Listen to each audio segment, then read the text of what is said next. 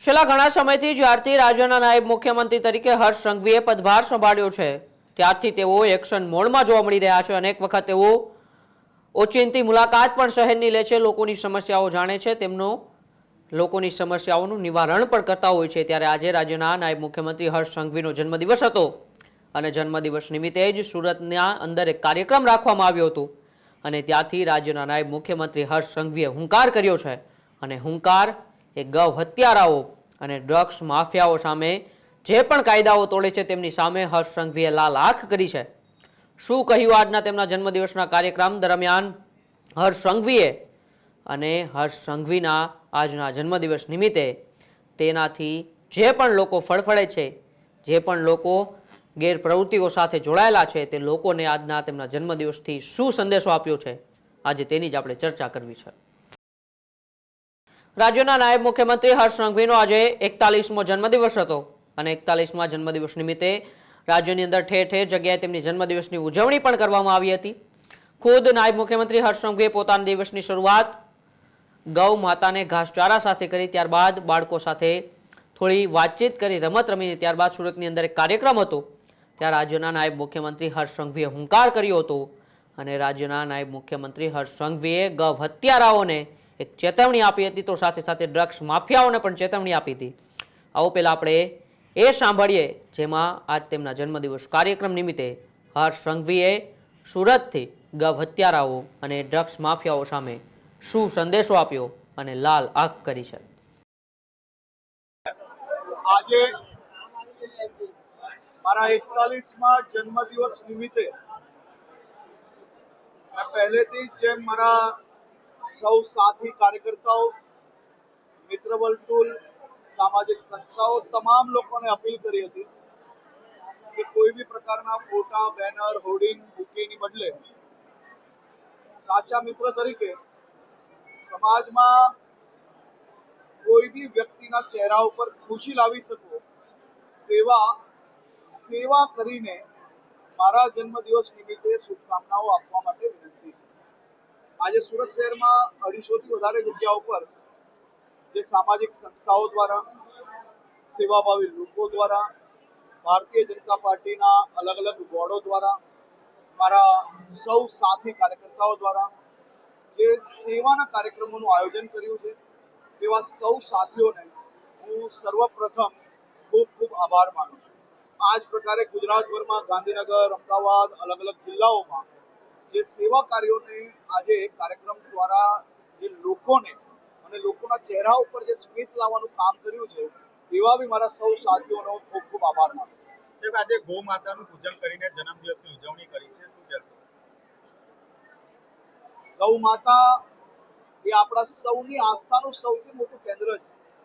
41મા જન્મદિવસ નિમિત્તે દિવસની શરૂઆત ગૌ માતાની પૂજા કરીને, પૂજા અર્ચના, સેવા અને વંદન કરીને માં ગૌ માતાના આશીર્વાદ લઈને આજના દિવસની શરૂઆત કરી છે। આજનો દિવસ એ મારા જીવનનો ખૂબ મહત્વનો દિવસ છે। આજનો આખો દિવસ હું સેવા દિવસ તરીકે મનાવી રહ્યો છું। આપ જોઈ શકો છો કે અહીંયા હજારો લોકોને આજે એમના ચહેરા ઉપર સ્મિત આવી છે। નાના નાના બાળકોથી લઈને વડીલ બા બાપુજીના ચહેરા ઉપર જે ખુશી છે, બસ આ જ લોકોએ મારા જીવનમાં મને આશીર્વાદ આપીને કામ કરવા માટે સક્ષમ બનાવ્યો છે અને આ જ લોકોના આશીર્વાદથી હું માનું છું કે મારું જીવન ચાલી રહ્યું છે। આમના આશીર્વાદ લઈ રહ્યો છું, સૌ લોકોને મળી રહ્યો છું। આજે હું સુરત શહેરના અલગ અલગ વિસ્તારોમાં મારા અલગ અલગ જગ્યાઓ પર વડીલોને મળવા જવાનો છું, બાળકોને મળવા જવાનો છું અને સેવાભાવી સંસ્થાઓ દ્વારા જે કાર્યક્રમ કરવામાં આવ્યો છે કાર્યક્રમમાં હાજર ગૌ માતાની પૂજા કરીને દિવસની શરૂઆત કરી। ગૌ માતાની રક્ષા કરવાની જવાબદારી જે રાજ્યના નાગરિકોએ આપી છે એ ગૌ હત્યારાઓને આ 1 વર્ષમાં 15થી વધારે ગૌ હત્યારાઓને સજા અપાવવામાં સફળતા પ્રાપ્ત થઈ છે। આવતા વર્ષે આનાથી વધુમાં વધુ ગૌ હત્યારાઓને સજા કઈ રીતે અપાય એ જ મારા આ વર્ષનો સંકલ્પ છે।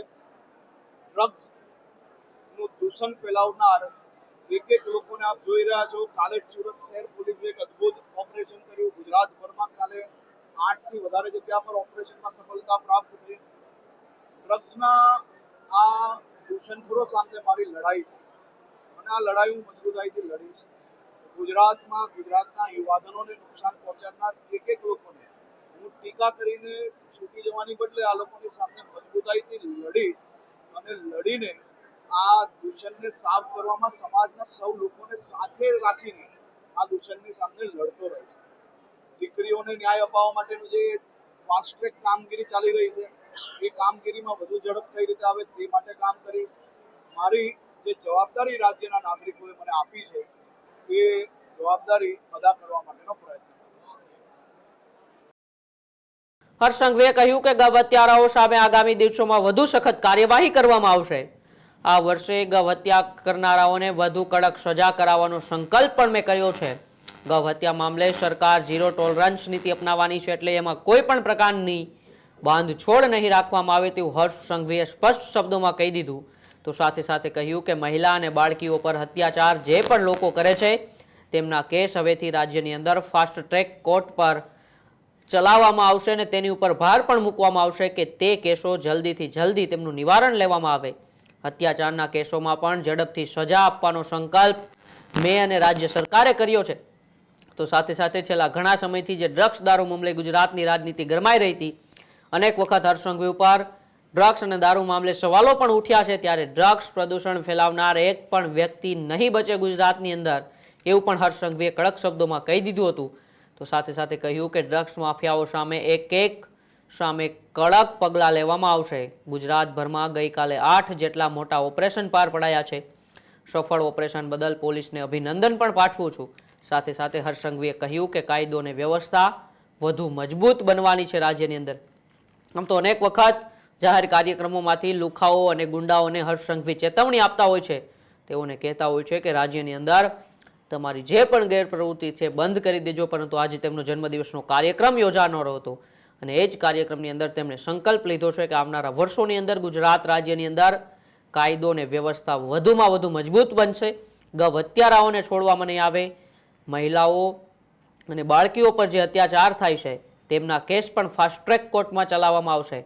તો અત્યાચારના કેસો પણ ઝડપથી તેનો ઉકેલ આવે તેવો સંકલ્પ પણ હર્ષ સંઘવી આજે તેમના જન્મદિવસને લઈને કર્યો છે. તો સાથે સાથે કીધું કે ડ્રગ્સ માફિયાઓમાં એક પણ વ્યક્તિ ગુજરાતની અંદર નહીં બચે તેવો પણ હું સંકલ્પ લઉં છું. ત્યારે આજે હર્ષ સંઘવીના જે 41મો જન્મદિવસ હતો તે નિમિત્તે ગુજરાત રાજ્યના કાયદા અને વ્યવસ્થા ના કથળે ગુજરાત રાજ્યના લોકોને સુરક્ષા પૂરી પાડી રહે માટે પોલીસને પણ અભિનંદન આપ્યા છે. કારણ કે પોલીસ છેલ્લા ઘણા સમયથી એવા ઓપરેશનો પાર પાડી રહી છે જેનાથી લિસ્ટેડ બુટલેગરો પણ પકડાઈ રહ્યા છે, વોન્ટેડ બુટલેગરો પણ પકડાઈ રહ્યા છે. અને તેને લઈને હર્ષ સંઘવીએ કહ્યું કે પાછલા 24 કલાકની અંદર 8 જેટલા સફળ ઓપરેશન એ ગુજરાત પોલીસે પાર પાડ્યા છે. તે માટે હું તેમને અભિનંદન પણ પાઠવું છું. તો હવે ગુજરાત રાજ્યની અંદર કાયદો અને વ્યવસ્થા વધુ મજબૂત બનશે તેવું હર્ષ સંઘવીએ કહ્યું છે. આશા રાખીએ છીએ નાયબ મુખ્યમંત્રી હર્ષ સંઘવીએ જે પ્રકારની વાત કરી છે આવનારા સમયમાં ગુજરાતની સ્થિતિ એવી જ રહે, નો ડ્રગ્સ માફિયાઓ રહે, ના ગૌ હત્યારાઓ રહે કે ન પછી કોઈ પણ બાળકીઓ કે મહિલાઓ પર અત્યાચાર કરે. આપણે એવી આશા રાખીએ છીએ એ જ ગાંધીનું ગુજરાત બન્યું રહે, એ જ સરદારનું ગુજરાત બન્યું રહે જેવી વાત આજે હર્ષ સંઘવીએ કરી છે.